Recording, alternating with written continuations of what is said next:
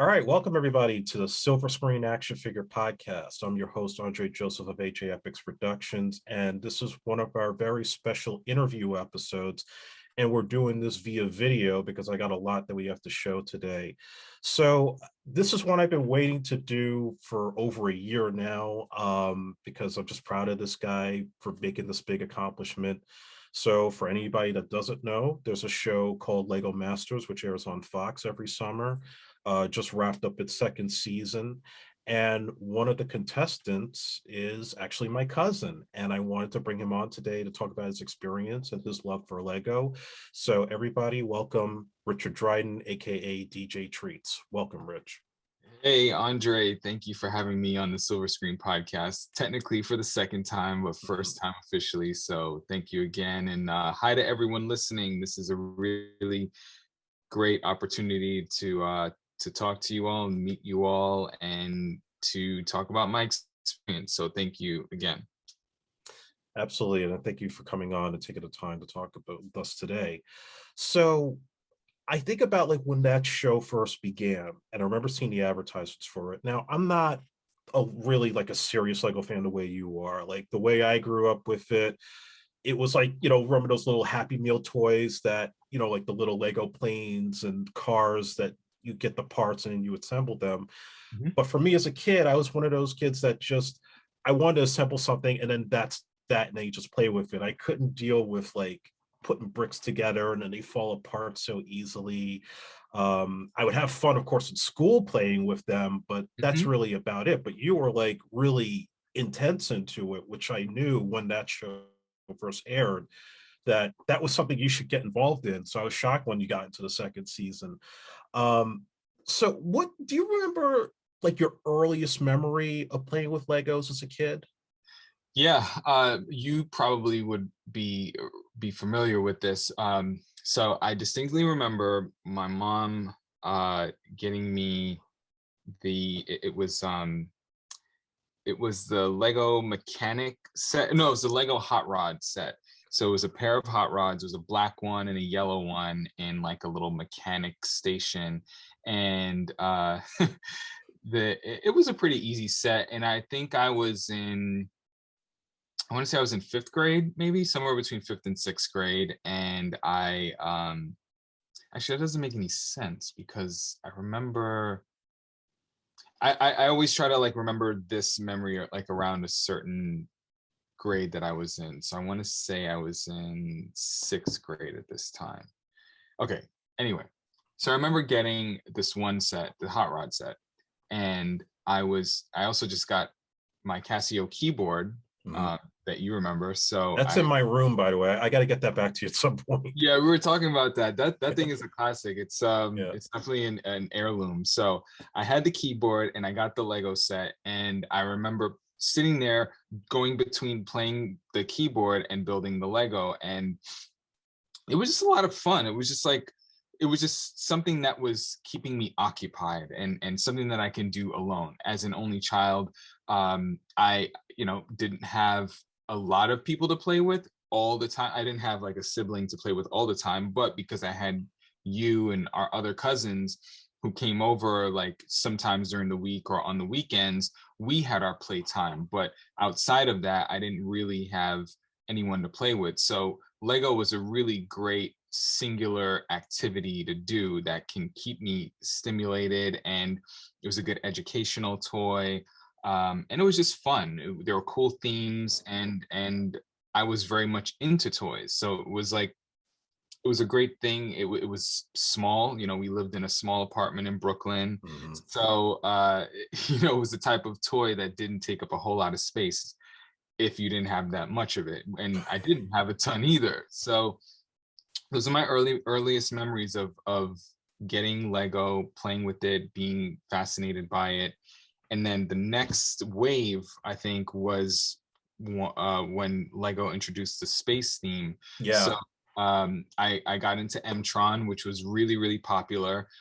It was like, the beginning of a new frontier for, no pun intended, but like there's a new frontier for Lego, going from like cityscapes to outer space.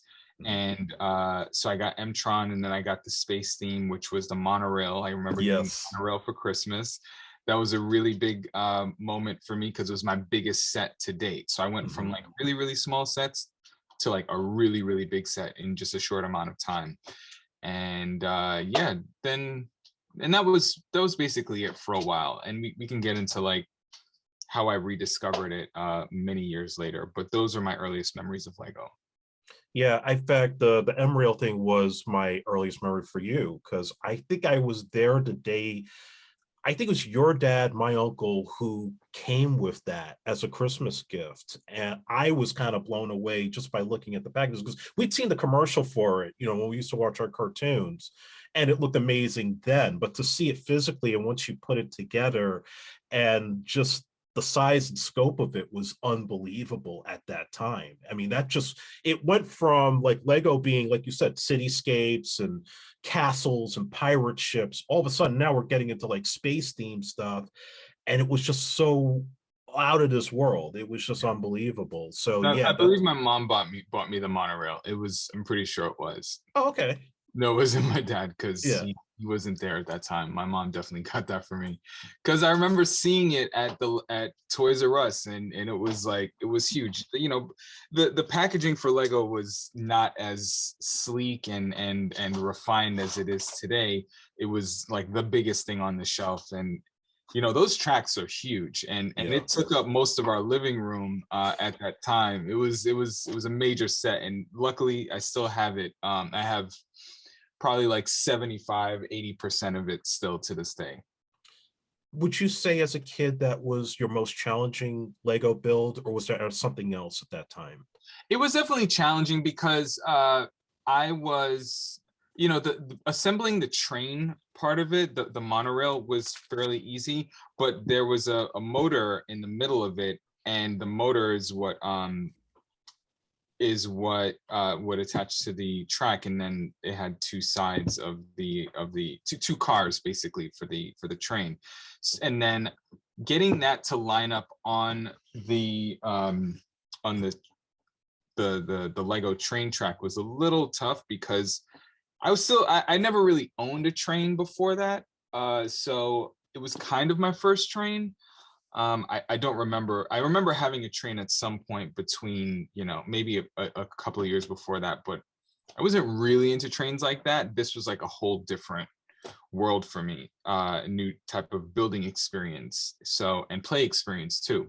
Assembling the track wasn't difficult, but it was just a matter of like figuring out how to build it in a way where there weren't any obstructions as the train would go around the track.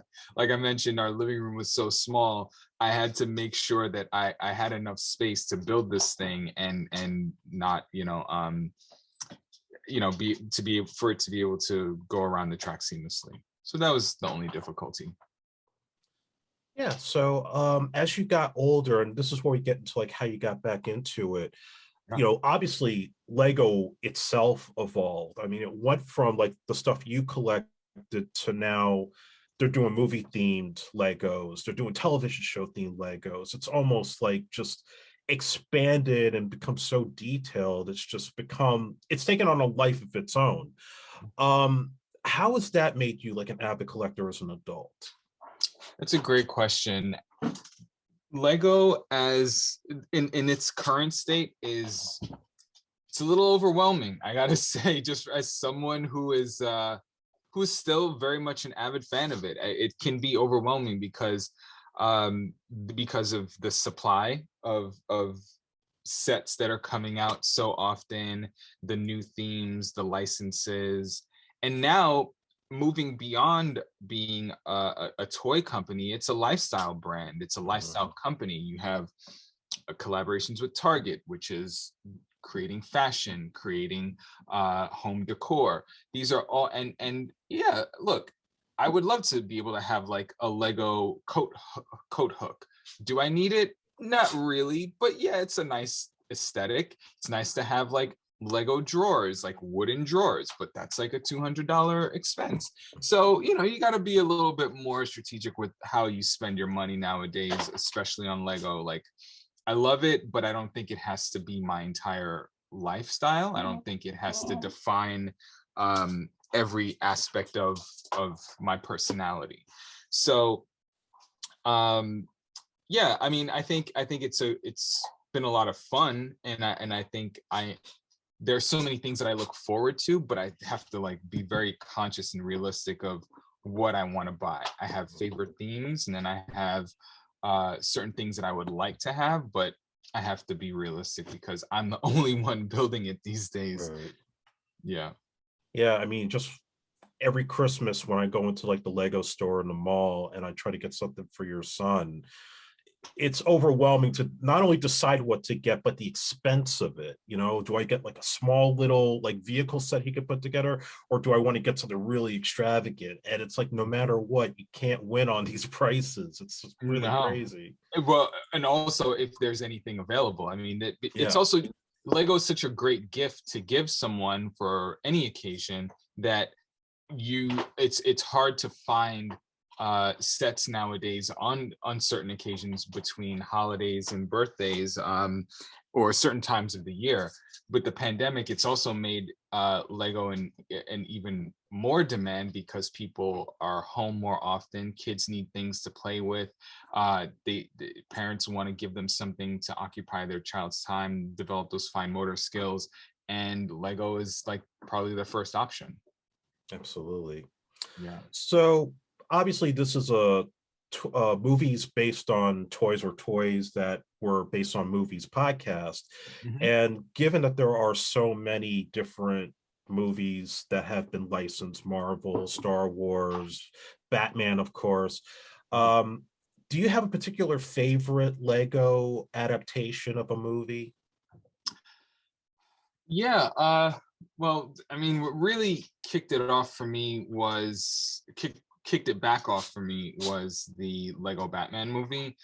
That that was Lego's adaptation of the Batman theme, but through their storyline, and not so much the DC superhero line that is its own thing. I mean, there are storylines within the DC universe that Lego has created, but then to create an original story was really really fun, and I really love that movie. I've seen it so many times in theaters, on DVD, so it was kind of like I think also the reason why I gravitated so heavily to the Lego Batman movie was because of the vehicles in Mhm. that movie. It was that one scene where Lego Batman goes into the Batcave, and it's the first time we're seeing it on screen,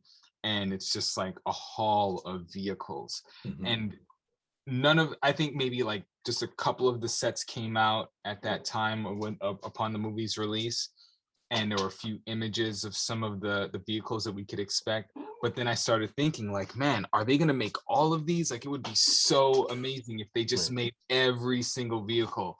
So when they finally released the book, the making of the Lego Batman movie, there were all of these vehicles that were designed and sketched, and some were eventually made, and some never were made. But then they were just like, it's just the possibilities were just endless to me. And that's another one of the aspects why I was into the Batman toy collection when I was a kid. I really loved the vehicles. Mhm. Same with GI Joe, the vehicles. It was such a it was the most fantastical part. Like, I loved the figures and the characters, but to me the vehicles were just kind of like the great escape. Yeah. So yeah, I gotta say it was the Lego Batman movie that did it for me. That also really reignited my love for Lego. Yeah, I was actually going to ask you about the Batman movie too, because the thing I loved about it, other than the vehicles and the use of all the characters, was just the story. I mean, that's the fact that as a movie that kind of honored every iteration of Batman, from the TV show with Adam West to, the Mhm. recent incarnations with Ben Affleck. And, it just really was like a fun film with a good story. And just a great use of all the villains and all the side characters. It just really, I like the regular Lego movie with Chris Pratt. That was fun, and that was like a nice throwback to classic Lego as well. But that one in particular was like a real love letter to the Batman franchise as a whole. Oh, that's a great way to put it. I mean, for people who are fans of Batman, they want to see. I mean, you want to see something is that plays off of like old themes, but then also kind of reinterprets it. And I think, you know, there's been some years now since the release of the Lego Batman movie, and looking back on it, it really was a love letter to the franchise because there's so much history there, and they were able to acknowledge you know, these past Batman characters and all of the many villains that also make the franchise so vibrant and so exciting. You know, characters are such a big part of the Lego universe, and Batman is probably one of the best examples of character diversity. There's so and this movie in and of itself had a pretty diverse cast. I mean, you know, Commissioner Gordon is I forgot who did the voice of Commissioner Gordon, but more so it was his daughter, which was eventually Batgirl, was played by Rosario Dawson. Yeah. Mariah Carey was the mayor. Mm-hmm. You know, you have Michael Billy D. Cera. Williams playing Two-Face. Oh yeah. Throwback to Billy D. Williams as the original Two-Face. You know, that I mean, we can go on and on about Batman because you and I have dissected the Batman franchise, you know, ad nauseum. But like, I think it's also been important to acknowledge the history of the Batman franchise having certain characters of color and not honoring certain characters of color also. And so this was a great opportunity to bring back certain people like Billy D. Williams, who was such a pivotal character in the early days of the cinematic universe of Batman, the extended Absolutely. universe of DC. Sorry. So you know, there's so many universes, but yeah, it was really cool. Um, you know, and just as an aside, I also really enjoyed I think in later years, I've been able to appreciate what they did with Spider-Man. You know, the first few Spider-Man sets that were based off of the Tobey Maguire movies were actually really interesting and really unique. They don't make sets like those anymore either. Even just like the classic scene where Tobey Maguire's stopping the train. Like they created that as a set. A friend of mine has it, and when I saw it at his house, I was like, and this is in the past like maybe 3 or 4 years. I was just so amazed by it. I was like, this is such a great rendering of a train, and then just the set. It's just like a small. It's almost like a vignette of that scene, and it was such a really cool build to see them make, and you know, I would hope that Lego can get back to that at some point. Yeah, I mean, personally, for me, even though I don't have it and I see it in the back, the Mhm. Firehouse set for Ghostbusters, when I saw that the first time in a picture, it blew me away. I mean, of Mhm. course, I still have the Kenner one that I used to play with as a kid. You put the Yeah. slime in there.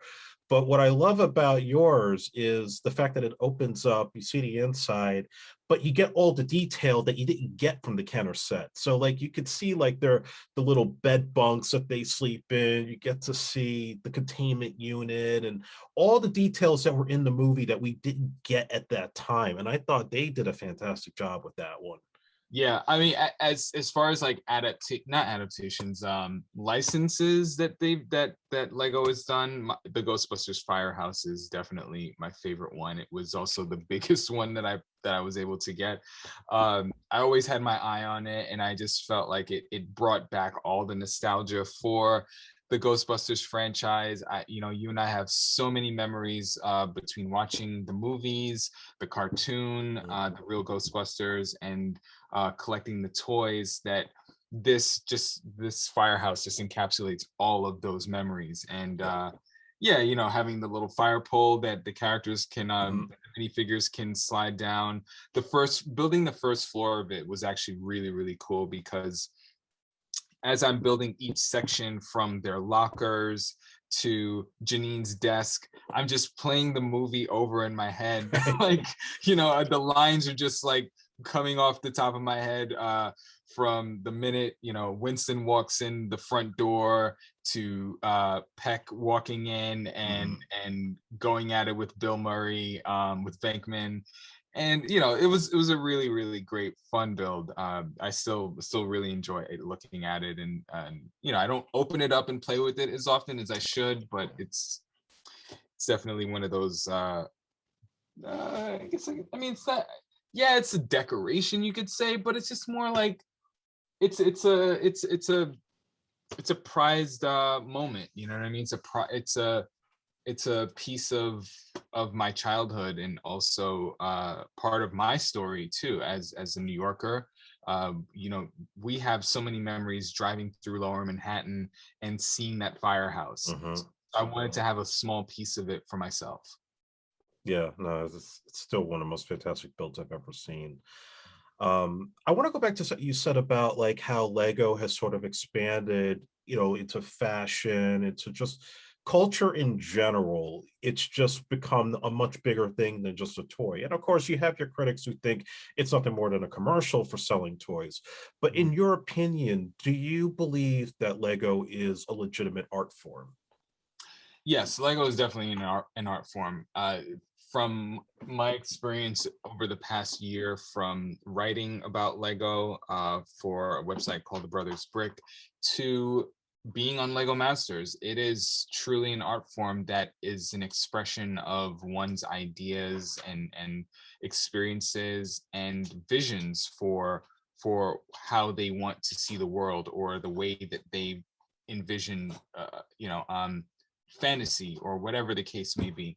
There's a saying that art is anything that is made from love.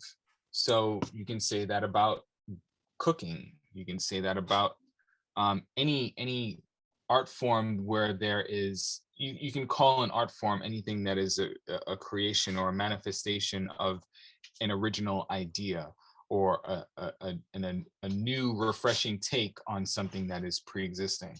So yeah, Lego is one of the best art forms out there, because there's so many different techniques that are involved. You're working with a palette of colors, you're working with scale, you're working with with certain strengths of you testing the strength of the brick. You have the and just the playability of it, and there's just different, there's something in it for everyone. There's mosaics, which is also an art form too. It's a little bit, can be a little bit more abstract. That's my dog. Yeah. And then you have like just people who collect sets. You have people who collect sets and just for they decorate their homes in ways where the sets are, they serve as pretty things to look at. I got the Lego bouquet set recently, and it's nice to see. Yes, you can have actual flowers, but then you can also have like a nice centerpiece for your household that is just like something cool to look at, and it's also fun to build too. So yeah, I mean, it's an art form that's for any age and any skill level. Yeah, I believe so myself, just from all the designs that, you and Dave built on the show and the other contestants. I even look at it from the standpoint of kids who probably played with like the Technic sets as kids, who went on to go into like science, who probably got into physics and got into NASA, who got their start just from playing with those sets, because they were so complex to put together and they were not easy to do. But yet, if you mastered that stuff, it's like you can master almost anything in the science world. I totally agree. When I was a kid growing up, I always looked at the Technic sets as a entry point into robotics. Mm-hmm. Even the more elaborate builds where people were actually building robots to in like those robot Olympics. Yeah. And those like there's I forgot the name of the show, but it's the one where there are robots fighting each other. BattleBots, that's what BattleBots, right? Yeah. BattleBots is totally built off of the ingenuity of kids playing with Lego. Or not completely, but you can see a connection to that. So I think there's a really great way to use Lego as a starting point for a lot of creative industries, creative and scientific industries that people want to go into. Most definitely, yeah. Before I get into the show, I want to also talk about your son Cassius. Like, how did he get into collecting like you do? In the beginning, it was the Lego movie. Once he was around, I think 5, if I remember correctly, I think the Lego movie came out in 2014. That sounds about right, yeah. Yeah, somewhere around then. He was born in 2010. So he didn't have a lot of Duplo because I just didn't really think that he wanted to build. I mean, he had Duplo in school, but we never bought Duplo at home. I was just kind of waiting for the moment when he was old enough to play with, the standard Lego brick, and we could play together. So and he could play safely with it and not swallow the pieces. So yeah, it was the Lego movie that really introduced him into Lego, and it reignited a lot of my fandom for it. So we bonded over that, started buying sets. Then we were buying like sets outside of the Lego movie, from like some of the DC Marvel stuff. We bought some Iron Man sets, and we just started having fun with it. And one of the things that he was really into in terms of collecting were the Mixels. So the Mixels were these misfits of characters based on like color and different themes. Some were there's like a musical theme one. This is probably not the best example because it's lost its little trombone piece, but like this is one of them. This one, he's got like he's supposed to be able to play it. He looks like an instrument, so yeah, it's supposed to look like a trombone. So here's like the handle, and the horn part would be here. And then there was also like a TV series of them. Here's another one. There was a Cartoon Network TV series of the Mixels, and they're just like quick and easy builds. You can buy them in a poly bag, but for like $5-6.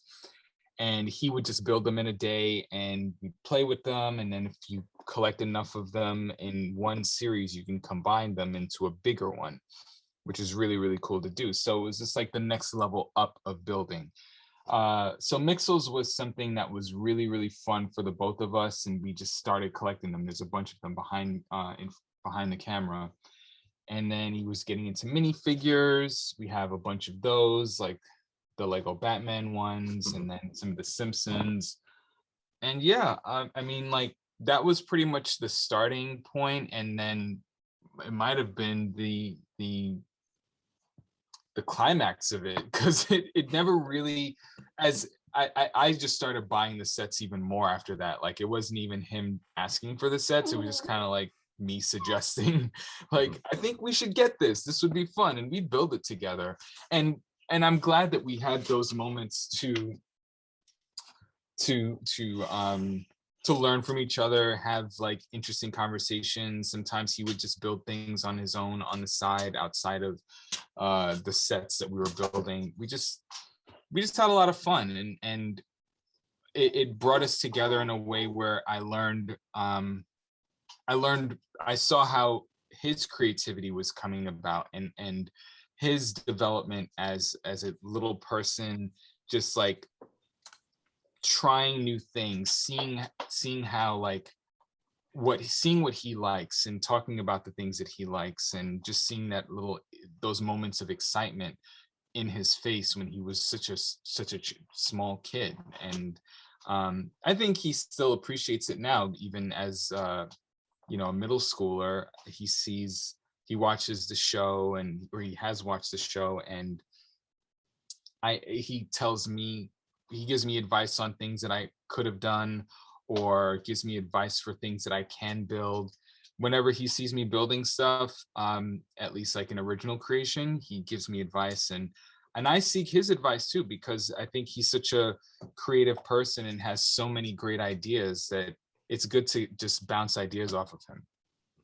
Yeah, no, he's I see like even like the little videos he puts together, and it's like already I want to put money into his stuff one of these days.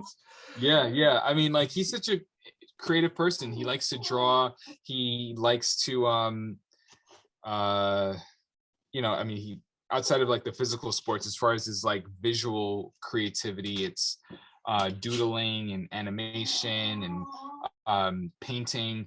All of these things are very vital to even just building with Lego, because you have, you're working with this canvas, for lack of a better word.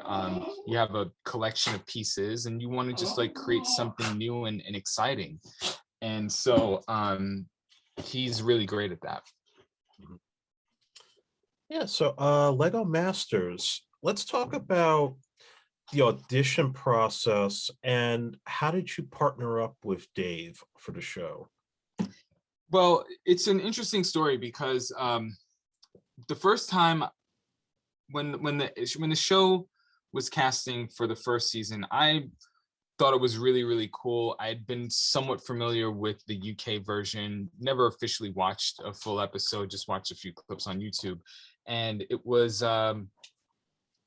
fascinating, because I just didn't think that, I was surprised that we'd gotten to this point in television and media, that there is now a reality show where people want to watch people build Lego on TV. I mean, it was a phenomenon. So I was like, but I never saw myself as one of those builders. I was like, I don't know. I collect sets. Yeah. I like putting the sets together using instructions. I don't know if I could be on camera and build according to a prompt and in X amount of time. So I was just very nervous about trying to do that. So I didn't do it.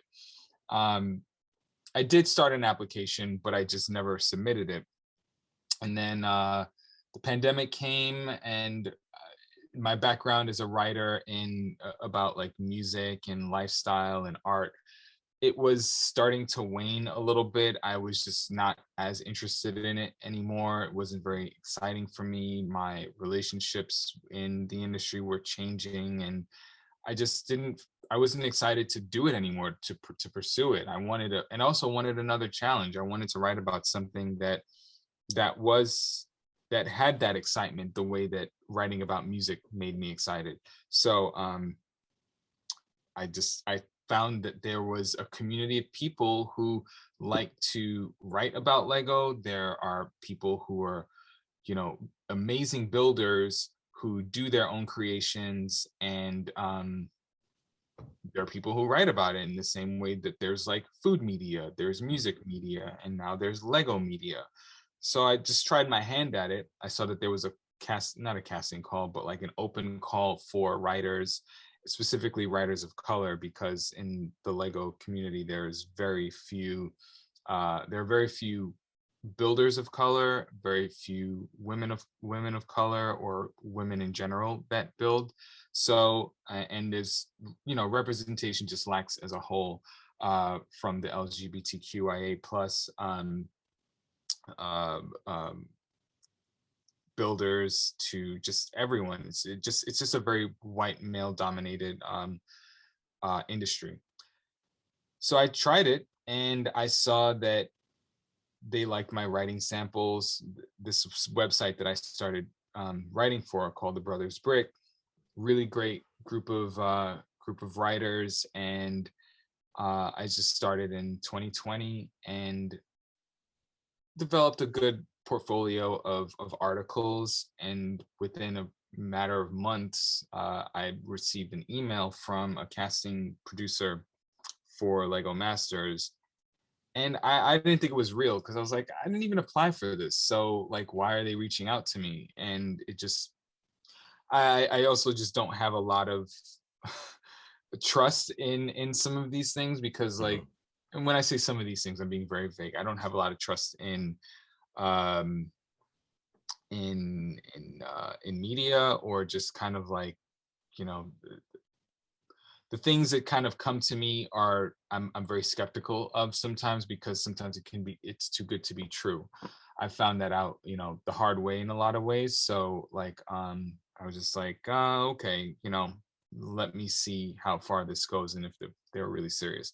So I responded to the call, and the challenge in that process was finding someone that I was, it turned out to be legit, but the challenge was that I needed to find a teammate, a partner.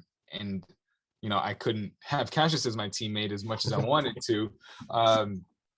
Or I couldn't have, you know, my wife Tiffany be my teammate either. I could have, but I don't think she would have been, she wasn't the type of builder that I needed to partner with. I needed someone who was a more experienced builder, and someone who understood the nature of the show. And, you know, so I had written about Dave for the Brothers Brick, and it was a shot in the dark, but it worked. Like I hit the target when I reached out to him. I sent out like a cold email to him, it was a cold call through a direct message on Instagram, and he did some research on me, and I did some research on him, and I also had saw that he was like a very strong advocate for Black Lives Matter. I would definitely consider him as an ally in the movement. So he's from Chicago. We figured, you know, we'd have to figure out how to connect with each other, to get to know each other in person. So we made a plan to meet in Chicago, and we did a build together, and we realized at that point we can actually do this. And we made it through the finals, and we were cast on the show. It was kind of a dream come true. It was to be able to find someone, you know, a complete stranger, and to have so much in common with that person that we were able to translate that to our builds. So yeah, you know, Dave's a little bit older than me, but he's also a dad, and he's a teacher. He has, you know, really great, we have similar interests in sports and being dads, and the environment, sustainability, restorative justice. You know, we just really have a lot of similar values. So it was like meeting someone who I'd known for so many years, even though we'd only met for like, we just met each other in like a matter of days. Right. Yeah, you know, that was the thing that really stood out to me with you guys when I watched the show. Now, I mean, I was already excited that you were on, but without getting into backstage politics or anything like that, because we already said we're not going to talk about that stuff.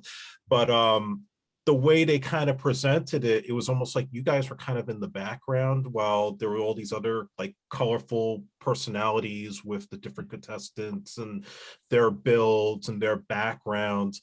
But it was just amazing to see each week how you guys were able to survive through every challenge, and the challenges that you had, even the ones that you won, it was like the builds got better as you guys continued to go through that show. And even the ones where you kind of fell short, like the headdress that you made, and you know, almost toppling that, I mean, everybody was scared like crazy with that one. Yeah. But still, the design itself was gorgeous. Even if you couldn't do the fashion show thing with it, it still was like, you know, this kid that I remember with the space set going from that to that, I mean, that is quite an achievement in itself. Yeah, thank you, Andre. It was, you know, it helps to kind of get that bit of perspective to understand, where I came from and where I am today, since doing the show. It was, we wanted to make sure that everything that we did, we believed in. We didn't want to make something that we just kind of did it for the sake of doing it, or just for the sake of meeting the criteria for the challenge, the criterion for the challenge. So it was really important for us to build something and feel like it was a reflection of us, and know that regardless of the outcome, that this was the best that we could do. And we did that every time. Even with the headdress, it was unfortunate that we didn't finish, or that it fell. No, we finished it. I walked down and walked back with it on my head, even though it was half of it. It was we did what we set out to do, and we have no regrets. At the end of the day, like we went on this show, we accomplished things that a lot of people probably wouldn't be able to do on the show. And the topics that we discussed, from gender rights and also Black Lives Matter, to sustainability and affordable housing, all of these really important themes that are being talked about on a daily basis. We want to make sure that Lego is more than just a toy. It's a way of expression, and we want people to be able to see a little bit of themselves, and to be able to use their when you're building, you have all of these thoughts and ideas going through your head.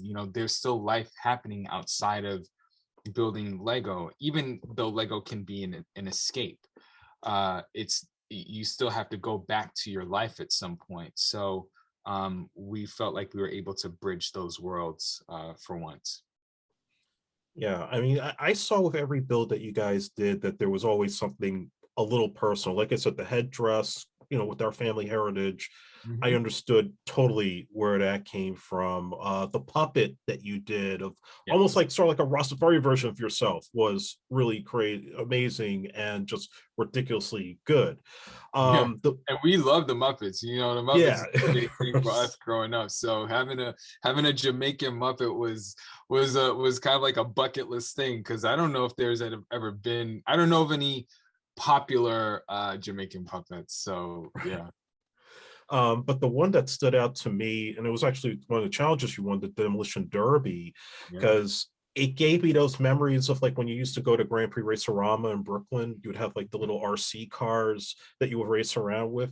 It was like, that's totally what this guy's doing right now. Yeah. Oh, don't trust me. Those memories were going through my head the whole time when we did that challenge. I had this laser focus when I was standing controlling that car, and I just didn't really think that was probably the one challenge I was like, there's no way I'm gonna be able to do this. Like they're not giving me the keys to the car, because I will drive this thing and I'm gonna really have some fun with it. I know, I wasn't like bouncing off the walls with excitement doing it. I definitely contained myself a lot, but yeah, man, driving the Rad Devil was a great experience, because it was bringing back all those memories. And I love cars, but like I just love cars just because I kind of lose myself in it, and just driving that remote control car on that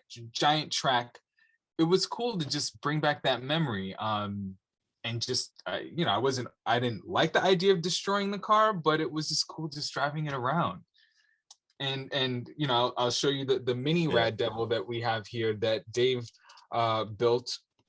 We did a contest where we gave away one of these to a lucky winner, a random lucky winner on Instagram, and Dave made one for himself, and I got one too. So this is our little token from the show to remind us of our really fun, exciting victory on Lego Masters. And it's cool, and it actually does pull back, and it drives. It has a pullback motor in it, which is incredible, which is an actual Lego piece. That reminds me of something else. Not to get into like when you guys ultimately were taken off the show, but did they give you like your minifigures, like a replica of any kind when it was over?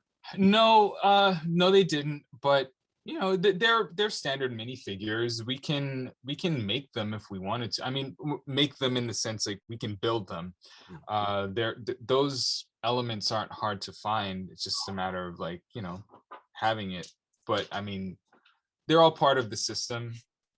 We could have them if we wanted to. I don't need to have them, but yeah, I have all of those parts, I'm sure. Yeah. Yeah. It'd just be cool to have just as a good memory, even if it's like, almost like a little life size. Just kind of thought that comes to mind with the other stuff that you guys built on the show. Yeah, no, we didn't keep anything from the show. It was all stuff that was, used for the production. So, no, it would have been cool to bring our own minifigures. If they were like, okay, you guys build your own minifigures and we'll bring them onto the show. And, if we need to edit them somehow, we can edit. But no, it's all theirs. All right. I guess my last question for you is not related to the show itself, but there's been so many different toy lines, and in particular, things similar to Lego about just putting pieces together and having a design. But of all things, why, in your opinion, do you feel Lego has withstood the test of time? From the time it was first conceived back in like the 50s or the 40s till now, and the way it's evolved, why do you think it's still standing up? That's a great question. I think people like to have a keepsake of something. I think of one of the most recent sets that I bought. It is the chess set. I like playing chess. It would be cool to just have like a Lego version of a chess set. I think the reason Lego continues to find its place in our world. Lego is think of it as a hole that Lego can fill, like an actual hole. How can this hole be more dynamic? Can Lego make this space that is lacking in something enhance it a little bit more, whether it's through color, or is it through the playability of it? Is it the shareability of it? Does it tell a story? There's just so many boxes that Lego can check in our day-to-day lives that I believe that the company understands that there's always room for Lego for any age group on any occasion. So that's essentially why it just continues to be relevant. And yeah, like, how can you consume Lego in so many different ways? How many ways can you screw in a light bulb? Well, if Lego was a light bulb, you can screw it in many different ways, even though obviously, I mean, I think I'm probably butchering the phrase, but like, it's just the idea of incorporating it into your life, and how can your life be enhanced by Lego? And we all need some type of creative outlet to express ourselves, and Lego's a great way to express yourself creatively.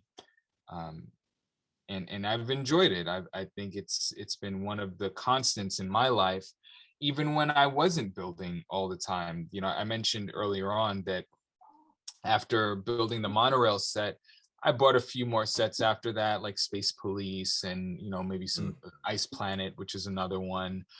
But I just didn't really. I stopped because I felt like there was I was growing out of Lego, and it just didn't seem cool to me because no one else was building Lego. Everybody else was growing up, and no one was building Lego, and I was like, really? Is this not cool anymore? I was actually kind of shocked.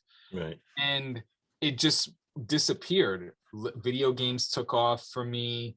Um, just being a young adult, getting into other things, Lego was just not one of them. And I think I could have definitely stuck with it. I would have been able to experience all of the other really great things that Lego introduced, from Bionicle to Star Wars being one of their biggest licensed sets, and then some of the other DC Marvel adaptations of Lego, through Lego. Ninjago came along eventually. There were really, really great innovations through Lego, the Lego video game franchise. Just all of these really great things happened, and I missed it. And looking back on it, it's not like I have any regrets on it, but I think Lego is always still trying to still be present in kids' lives as a buildable toy that they realized that they needed to speak to a greater audience, whether it was like adults who collected Lego and liked building with Lego, or gamers, or people who are just like who saw how Lego was like a cool sculpture to have in their home.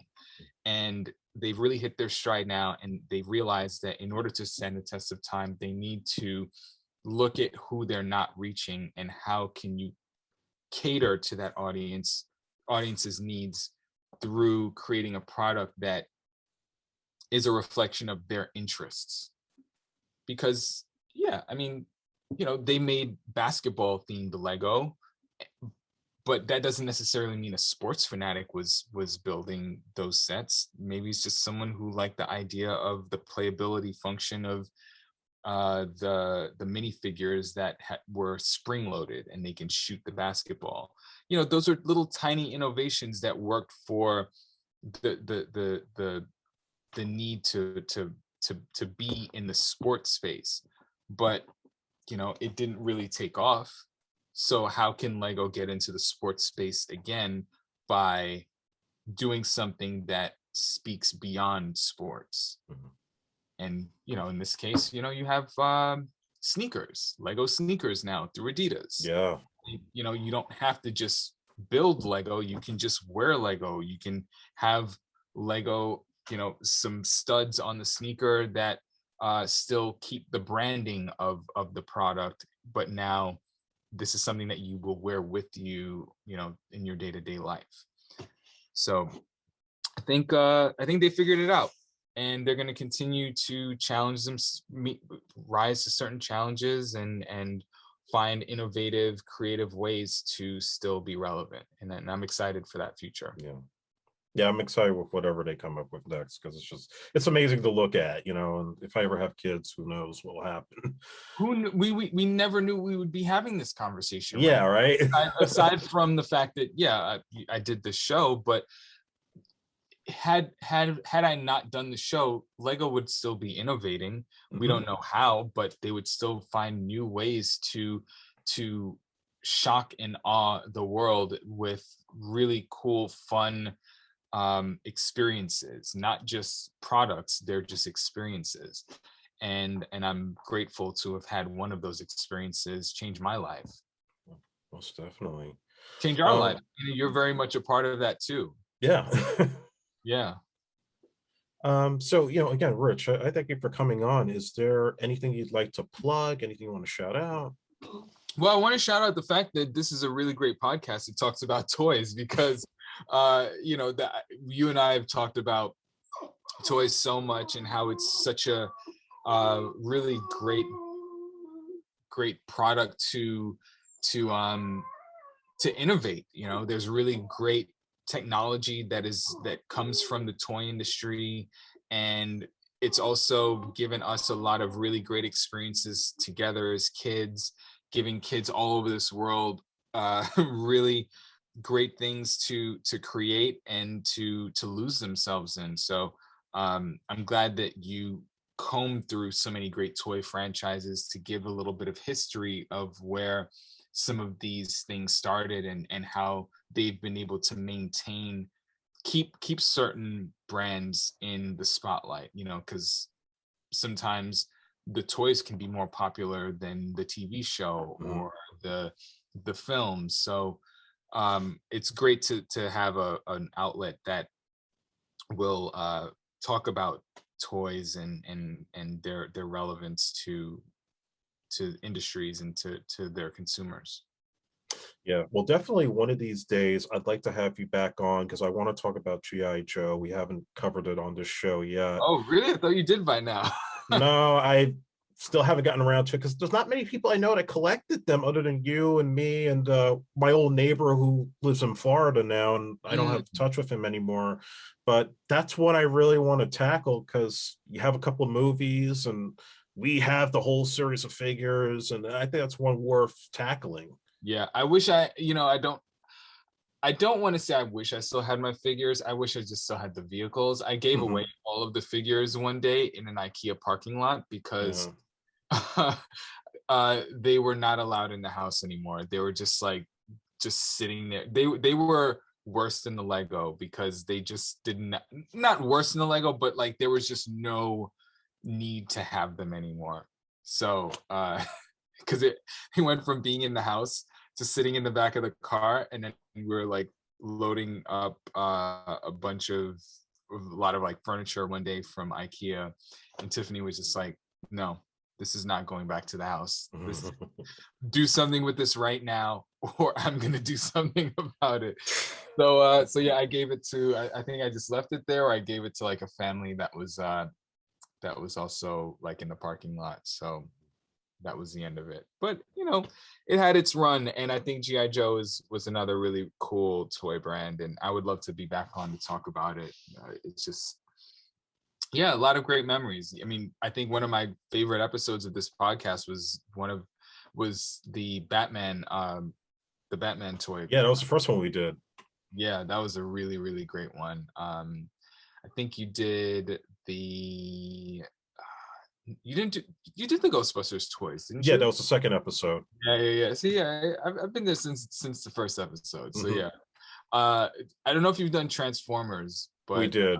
Yeah, there's a whole group conversation about Transformers. Yeah, you gotta have, with Transformers, it's like you gotta form like Voltron, or you gotta come together like the Dinobots or the Constructobots for that one, because there's so many to talk about. So we haven't done He-Man yet, and I know you used to collect He-Man. Yeah, I was into He-Man. Surprising. If I was talking to someone about He-Man, it would probably all start to come back. But yeah, there was some really great He-Man toys, and I was into it. I think my appreciation for He-Man just ended after the movie came out. I was just like, I can't do this anymore. You guys kind of ruined it for me. I think a lot of people dropped that after the movie. Yeah, it's like there's nothing else coming after this. You guys, you can't go back now. No. You know what I mean? Like, you've ruined it so badly. Like, I can't even go back and look at the toys that I love the same way. Yeah, man. But I'd love to be back again, and this was a great experience. I'm glad we got to talk about Lego and Lego Masters, and thank you everyone for listening, and thank you everyone for watching the show. There's a lot more to come from Lego, a lot more to come from Lego Masters on Fox, and just the Lego Masters brand. So just stay tuned. We're just in January of this year, and there's just getting started. So we'll see. And there are a lot more projects coming down the pipeline from Dave and I. So keep an eye out for that on my Instagram. It's Treatise, Treatise. Actually, I always say that wrong. It's Treatise, but tomato. So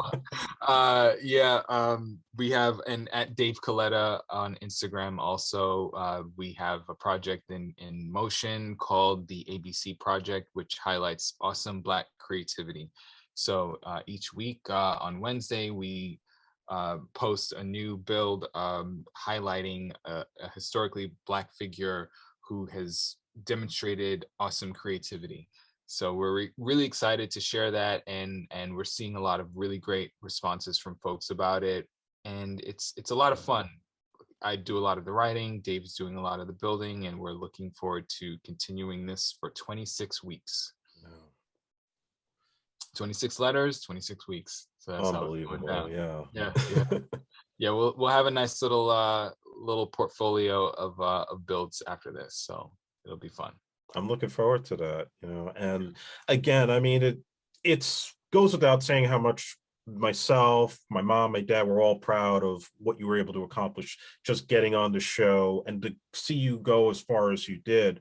But I think more than that, what you've been able to do with your builds to, really expose the culture, and to really just not make Lego just, we're gonna do these cool little builds and we're gonna have them based on movies and shows and whatever is hot in pop culture, but you're really trying to show different sides of our experience through Lego. And I think that says a lot about what makes you and Dave and the others stand out on that show and what you've been able to do outside of it. So I got to really tip my hat for all that you've been able to do on that front.